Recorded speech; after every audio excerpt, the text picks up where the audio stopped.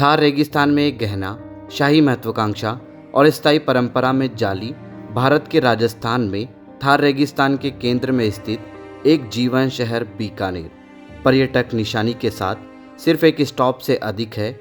यह शाही महत्वाकांक्षा, लचीला विरासत और एक अद्वितीय सांस्कृतिक पहचान के लिए एक जीवित वसीयतनामा है जो इसके परिवेश की कठोर सुंदरता द्वारा आकार की गई है। इसका इतिहास समृद्ध और स्तरित संघर्ष की राख से जाली एक राज्य की तस्वीर को चित्रित करता है और दूरदर्शी नेतृत्व द्वारा पोषित होता है। बीकानेर की कहानी 15वीं शताब्दी में राव बीका, एक राठौड़ राजकुमार और जोधपुर के संस्थापक राव जोधा के बेटे के साथ शुरू होती है। विरासत के अधिकारों की कमी से निराश और सत्ता के लिए एक अतृप्त प्यास से प्रेरित होकर बीका ने अपने स्वयं के राज्य को स्थापित करने की मांग करते हुए वफादार राजपूत योद्धाओं के साथ एक बैंड के साथ उत्तर की ओर रुख किया। 1488 में स्थानीय जाट प्रमुखों के साथ संघर्ष और बातचीत के वर्षों के बाद उन्होंने बीकानेर शहर की स्थापना की, जिसका नाम खुद के नाम तथा अपने दोस्त नेरा जाट के नाम पर बीकानेर रखा। यह केवल क्षेत्रीय विस्तार में एक अभ्यास नहीं था। बीका एक चतुर रणनीतिकार और एक बुद्धिमान नेता था। उन्होंने गठबंधन के महत्व को समझा और स्थानीय आदिवासी समुदायों के साथ संबंधों की खेती की। उनकी वफादारी और सहयोग सुनिश्चित किया। उन्होंने स्थान के रणनीतिक महत्व को भी मान्यता दी, जो कि गुजरात के साथ मध्य एशिया को जोड़ने वाले महत्वपूर्ण व्यापार मार्गों पर स्थित है, जो इसे वाणिज्य और समृद्धि के लिए केंद्र बनाती है।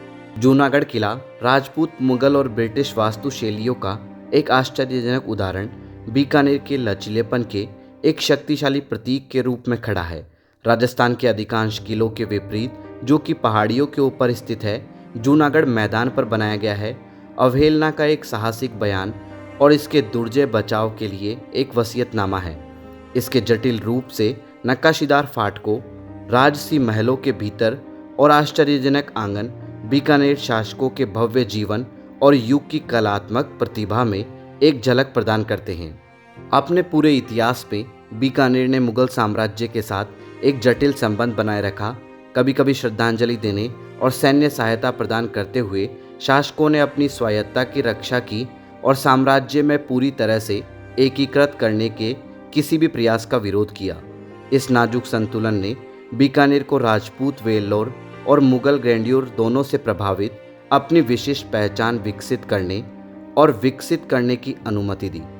ब्रिटिश युग ने देखा कि बीकानेर ब्रिटिश संरक्षण के तहत एक राजसी राज्य के रूप में उभरता है। महाराजा गंगा सिंह, एक प्रगतिशील और आगे की सोच वाले शासक, ने शहर का आधुनिकीकरण किया, बुनियादी ढांचे, शिक्षा और सामाजिक सुधारों में लाया। उन्होंने गंग नहर को कमीशन किया, एक ग्राउंड ब्रेकिंग सिंचाई परियोजना जिसने शुष्क परिदृश्य को बदल दिया और इस क्षेत्र में समृद्धि लाया, जिससे उन्हें आधुनिक बीकानेर के पिता का शीर्षक मिला।